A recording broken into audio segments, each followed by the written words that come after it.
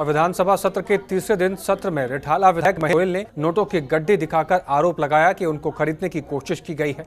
तो वहीं महेंद्र गोयल से बात की जनतंत्र टीवी संवाददाता भावना सिसोदिया ने। आइए सुनते हैं क्या कुछ कहना है उनका। दिल्ली विधानसभा शीतकालीन सत्र के तीसरे दिन आज हाउस के अंदर महेंद्र गोयल जी, जो कि रिठाला से विधायक हैं, उन्होंने आरोप लगाया कि उनको रिश्वत देने की कोशिश की गई। क्या है पूरा मामला, बात करते हैं महेंद्र गोयल जी से। सर, क्या पूरा मामला था? सुरक्षा कर्मियों के नाम के ऊपर बाबा साहब अम्बेडकर हॉस्पिटल के अंदर एक गोरखा नाम की कंपनी है जो पैसों का लेन देन काफ़ी वो कर रही थी। मैं उसका विरोध कर रहा था, तो मुझे ही शांत करने के लिए मुझे ही रिश्वत देने की वो कोशिश की गई, जिसके कि आज मैंने ये तथ्य सामने रखे।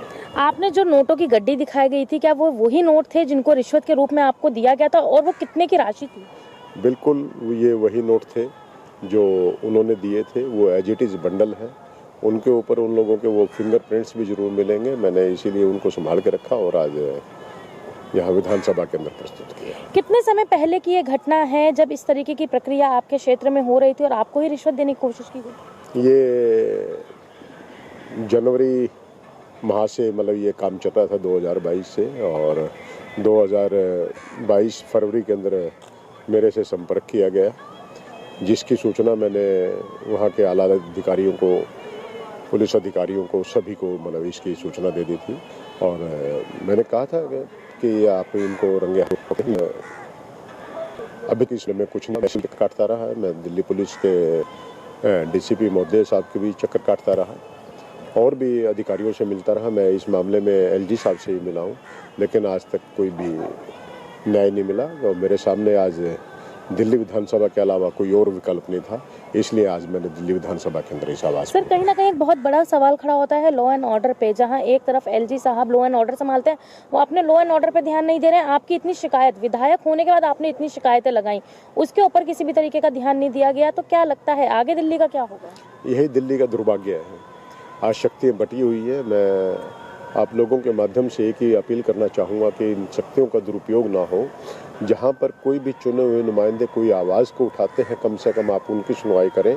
मैं तो सुनवाई के लिए कहता हूँ कि जनता का कोई भी व्यक्ति है, आपको उसकी सुनवाई करनी चाहिए, कोई भी प्रकार का अधिकारी क्यों ना हो और किसी भी मामले के अंदर हो। दिल्ली में लगातार देखा जा रहा है लोग बेरोजगारी से परेशान हैं, तो इस तरीके के जो बीच में ठेकेदार बैठे हुए हैं वो अपनी जेब भरते हैं, तो कैसे उन बेरोजगारों को नौकरी मिल पाएगी? क्या वो अपनी जेबें ऐसे ही कटवाते रहेंगे? बिल्कुल, वो लोग भी कटवाते रहेंगे, और वो लोग जनता जो जिन सर्विसेज के लिए जाती है, आज मान लो हॉस्पिटलों के हम बात कर रहे हैं, हॉस्पिटल के अंदर आज दवाई के नाम के ऊपर वहाँ पे वो गार्ड पैसे लेते हैं, किसी टेस्ट के नाम के ऊपर वो गार्ड पैसे लेते हैं, या किसी और सर्विसेज के लिए वो लोग वो पैसे लेते हैं, क्योंकि वो पैसे देकर आए हैं। तो नेचुरली है कि वो अपना भरण पोषण करने के लिए वो इस प्रकार के कार्यों के अंदर चले। तो वो छोटे कर्मचारियों के ऊपर नहीं, मैं कहता हूं कि बड़े जो ये मगरमच्छ हैं, इनके ऊपर कार्रवाई करेंगे। तो ये आपके ही क्षेत्र में इस तरीके की प्रक्रिया हो रही है, तो क्या अब आप किस तरीके का एहतियात कदम उठाएंगे? क्योंकि लगातार इस तरीके की प्रक्रिया चलती रहेंगी, क्योंकि जो बीच में सर्विस प्रोवाइडर है वो पैसे खाते रहेंगे। देखिए, मेरे सामने जो लास्ट हथियार था ये विधानसभा है, क्योंकि इन विधानसभाओं के अंदर ही कानून बनते हैं और उनकी रक्षा की जाती है।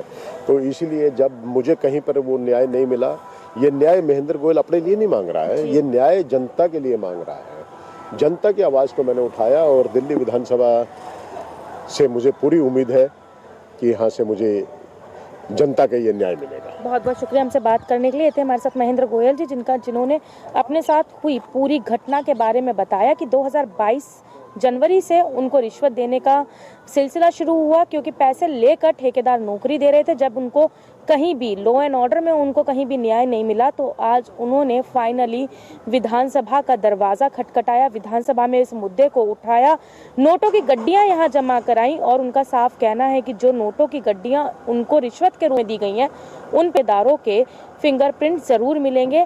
कहीं न्याय ना मिलने के कारण आज उन्होंने विधानसभा में अपना दस्तक दी है, और उनको उम्मीद है कि इस विधानसभा से उन्हें न्याय जरूर मिलेगा। अपने लिए ना सही, लेकिन जनता के लिए, उन गरीबों के लिए जो बेरोजगार हैं और नौकरी के नाम पर लोगों को मजबूरन रिश्वत के रूप में पैसे दे रहे हैं। दिल से जनतंत्र टीवी के लिए कैमरामैन विजयपाल के साथ भावना की रिपोर्ट।